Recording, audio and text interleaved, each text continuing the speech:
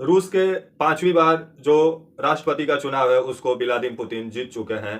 और ये चुनाव कितना लोकतांत्रिक है और क्या होगा रसिया और यूक्रेन युद्ध का, इस पूरे मामले को इस वीडियो में समझेंगे और आपको समझाएंगे।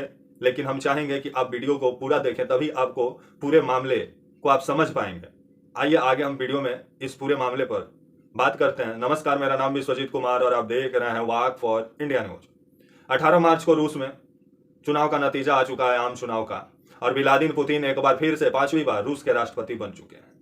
ये चुनाव पर ही काफी सवाल उठ रहा है क्योंकि पुतिन के सामने कोई विपक्ष का नेता था नहीं, कोई वैसा चेहरा नहीं था जो पुतिन को टक्कर दे सके रूस में।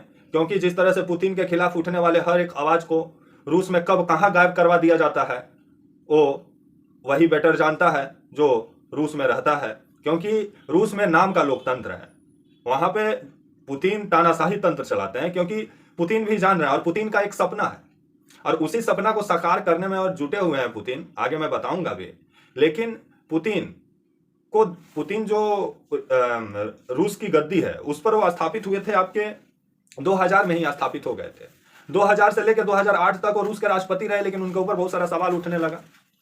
फिर से वो क्या किया कि वो हट गए, प्रधानमंत्री बन गए, किसी और को राष्ट्रपति बना दिया कि कोई हमको ना बोले कि ये तानाशाह है। और फिर 2012 में पुतिन फिर राष्ट्रपति बन जाते हैं रूस के। उसके बाद से अभी तक रूस के राष्ट्रपति वही हैं। अब खबर जिस तरह से आ रही है कि पांचवी बार रूस के राष्ट्रपति के रूप में एक बार फिर से शपथ ले चुके हैं आपके व्लादिमीर पुतिन। तो व्लादिमीर पुतिन जो रूस है इनका, ये रूस के सेंट पीटर्सबर्ग से आते हैं। व्लादिमीर पुतिन एक साधारण सा परिवार में जन्म हुआ था व्लादिमीर पुतिन का। व्लादिमीर पुतिन के माँ और फादर सरकारी कर्मचारी थे रूस में। बचपन से उनको जासूसी करने का बड़ा शौक था और पुतिन एक नंबर के मार्शल आर्ट भी हैं, एक नंबर के तैराक भी हैं, एक नंबर के निशानेबाज भी हैं, एक नंबर का आइस बर्फ में तैरने वाला इंसान भी है। वो उनके पास कला का अंबार लगा हुआ है, मार्शल आर्ट का भी चैंपियन है, जैसे विभिन्न कलाएं से भी भरे पड़े हैं आपके पुतिन। एक नंबर का घोड़ेसवार हैं। लेकिन एक चूहा पकड़ने वाला लड़का रसिया का राष्ट्रपति कैसे बन गया, रूस का राष्ट्रपति कैसे बन गया? दरअसल जहां ये रहते से थे सेंट पीटर्सबर्ग, इनकी मैं एक किताब पढ़ा हूं, उसी का कहानी मैं आप लोगों को बता रहा हूं। इसलिए मैं चाहूंगा वीडियो का आप अंत तक देखें, तभी आपको मालूम चलेगा। व्लादिमीर पुतिन बचपन में मैट्रिक तक की पढ़ाई किया और इनके बगल में कोई एक आंटी रहती थी जिनको देख के काफी प्रभावित हुए थे कि वो मतलब जासूस की दुनिया में वो थी और वो काम करती थी। तो उसी को लेकर के इनको प्रेरणा मिला कि हमको भी जासूसी दुनिया में जाना चाहिए। जिसके बाद से पुतिन मैट्रिक का एग्जाम पास करते हैं रूस में, सेंट पीटर्सबर्ग जहां से आते हैं, जो इलाका है। उसके बाद से ये किसी तरह से कोशिश करके केजीबी, जो मतलब हमारे देश का जिस तरह से रॉ है खुफिया विभाग, उसी तरह से आपका रूस का जो खुफिया विभाग है उसका नाम है केजीबी। उसके बाद से पुतिन शामिल हो जाते हैं केजीबी में। केजीबी में ये रहते हुए बहुत अच्छा अच्छा काम भी करते हैं। उसी के बाद से ये धीरे धीरे केजीबी के जरिए ही सत्ता के करीब आते हैं और उसके बाद से सत्ता को समझने के बाद से कुछ ऐसा हटकंडा अपनाते हैं कि खुद अपने आप को राष्ट्रपति रूस में घोषित करवा लेते हैं। क्योंकि पुतिन को अमेरिका के बारे में बहुत अच्छा से नॉलेज है, क्योंकि 15 साल से ऊपर की जासूसी उन्होंने अमेरिका में की है और अमेरिका का हर एक इलाके के बारे में पुतिन को मालूम है। इसलिए अमेरिका पुतिन से डरा रहता है और पुतिन पहले थोड़ा छिप के अपना जो तानाशाह जो व्यवस्था है वो चलाते थे, लेकिन अभी तो खुलेआम चला रहे हैं। क्योंकि जिस तरह से उनको इंटरनेशनल कोर्ट अपराधी घोषित किया हुआ है, उनके ऊपर गिरफ्तारी का तलवार भी लटक रहा है और अभी पूरे विश्व में अलग थलग पड़े हुए हैं क्योंकि रसिया यूक्रेन के युद्ध की वजह से। और रसिया यूक्रेन युद्ध के बीच में आम इंसान लाखों के तादाद में मारे गए हैं, सैनिक भी दोनों तरफ लाखों लाखों सैनिकों की भी मौत हुई है। लेकिन ये सिर्फ पुतिन का जिद है यूक्रेन।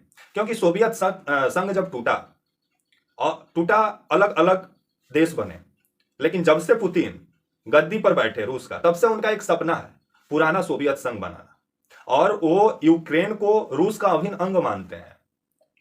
जिस वजह से वो रूस को किसी भी हालत में हासिल करना चाहते हैं। अब वो राष्ट्रपति चुनाव तो जीत चुके हैं रूस में। अब आने वाला समय में और तेज होगा हमला यूक्रेन पर, क्योंकि जिस तरह से जेलेंस्की ने कहा, जो आपके राष्ट्रपति हैं आपके यूक्रेन के, उन्होंने कहा कि आने वाला समय में जिस तरह से मानवता को शर्मसार करने वाली घटनाएं वो अंजाम दे रही है रूसी सैनिक, वो आने वाले इतिहास में दर्ज होगा। और ये बात सही है, क्योंकि जिस तरह से रूसी सैनिकों के द्वारा बलात्कार की भी घटनाएं सामने आई, तो ये सब घटनाएं सोचने पर भी मजबूर करती हैं। लेकिन अभी जिस तरह से पुतिन के ऊपर एक बस जिद सवार है कि हमको हर हालत में भले इंसान को मार के ही हासिल करना पड़े यूक्रेन को, लेकिन करेंगे पुतिन। और पुतिन जिद्दी नंबर 1 है, ये सब लोग जानते हैं। उनको जो पसंद है वही करते हैं। और भारत ने इस पर बधाई भी पुतिन को दी है, क्योंकि भारत और रूस का जो रिश्ता है वो शुरू से बहुत अच्छा रहा है, क्योंकि बहुत सारा व्यापार भी होता है भारत और यूक्रेन के बीच में। यूक्रेन से हम लोग बहुत सारी चीज़ें खरीदते भी हैं, चाहे आपका सुरक्षा के दृष्टिकोण से सामान हो या और भी चीज़ों का खरीदारी किया जाता है आपका रूस से। तो उस हिसाब से देखें तो भारत का जो अंतर्राष्ट्रीय जो सिद्धांत रहा है, जो नीति रहा है, उसमें भारत कभी भी किसी का घरेलू मैटर में हस्तक्षेप नहीं करता है।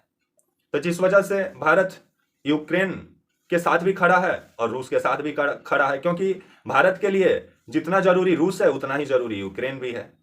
और भारत चाहता है कि भाई दोनों जगह लड़ाई शांत हो, क्योंकि सबसे ज्यादा अगर हम लोग ये रिफाइन ऑयल जो होता है वो कहाँ से आता है, यूक्रेन से सबसे ज्यादा निर्यात किया जाता है, क्योंकि उधर में सबसे ज्यादा मतलब उसकी खेती होती है। तो ये चीज अगर देखा जाए तो आने वाले समय में रूस यूक्रेन युद्ध कब खत्म होता है ये देखने वाली बात होगी। लेकिन जिस तरह से रूस यूक्रेन के बीच अभी युद्ध चल रहा है और जिसमें आम लोग बेमौत मारे जा रहे हैं, एक तरफ गाजा इजराइल का तो आप कहानी सुनी रहे हैं, एक दिन उस पर भी मैं कहानी बताऊंगा। वहां पे तो गोलियों से कम लेकिन अकाल से लोग मर रहे हैं, भूख से मर रहे हैं, उस पर मैं अभी रिसर्च कर रहा हूं। लेकिन अब जिस तरह से रूस में एक बार फिर से पुतिन सत्ता में स्थापित हो गए हैं, तो ये समझ लीजिए कि आने वाले समय में पुतिन हर एक हाल में अब यूक्रेन को वो हासिल करने का कोशिश में लगेंगे। अब जो लड़ाई है और तेज होगी, जो कुछ महीनों से लड़ाई धीमी पड़ गई थी क्योंकि चुनाव था, लेकिन चुनाव तो पूरे तरीके से कंट्रोल किया गया था चुनाव पे पुतिन के द्वारा।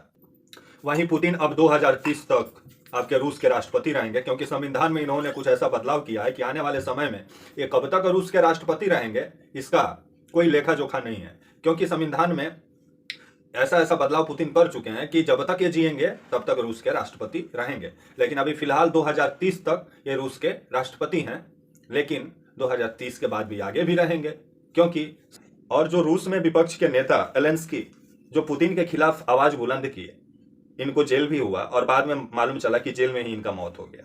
इनका मौत ही रूस में एक कहानी बना हुआ है। ये रूस में काफी फेमस भी थे और लोगों का उम्मीद था कि आने वाले समय में जो जेलेंस्की हैं वो रूस के राष्ट्रपति बन सकते हैं। लेकिन पुतिन को इसका भनक चला और बाद में बहुत ही यातनाएं भी जेलेंस्की को दी गई और इनको एक अलग थलग जगह पे रखा गया था जेलेंस्की को। और बाद में एक दिन खबर आया कि जेलेंस्की इस दुनिया में नहीं रहे, जिसके बाद पुतिन पर सवाल उठना शुरू हुआ। लेकिन पुतिन का कहना है कि वो जो मौत हुआ वो जेल में जो कैदी हैं उन लोग के बीच में झड़प में उनकी मौत हुई, लेकिन सब जानते हैं कि ये मौत कैसे हुआ। तो वहीं एक बार फिर से पुतिन राष्ट्रपति बन चुके हैं आपके रूस के, और ये चुनाव बस नाम का चुनाव था। जो लोग जेलेंस्की के सपोर्ट में थे वो लोग बूथ तक गए, मतदान नहीं दिया, अपना जो वोट पत्र है उसको खराब किया और सांकेतिक प्रदर्शन किए, क्योंकि रूस में आप ज्यादा अगर पुतिन के खिलाफ कोई आवाज उठाता है या ज्यादा धरना प्रदर्शन करने का कोशिश करता है तो मॉस्को से कहाँ गायब हो जाता है उसका कोई ठिकाना नहीं है। और रूस के लोग ही बेटर बताएंगे, क्योंकि रूस में लोकतंत्र के नाम पे कुछ नहीं है, वहां पे लोकतंत्र के नाम पे डिक्टेटरशिप का कोहरा है। तब तक के लिए आप मुझे इजाजत दीजिए और आप हमारे channel walk for India news को प्लीज लाइक और सब्सक्राइब और शेयर करना ना भूलें। तब तक के लिए नमस्कार, जय हिंद, वंदे मातरम।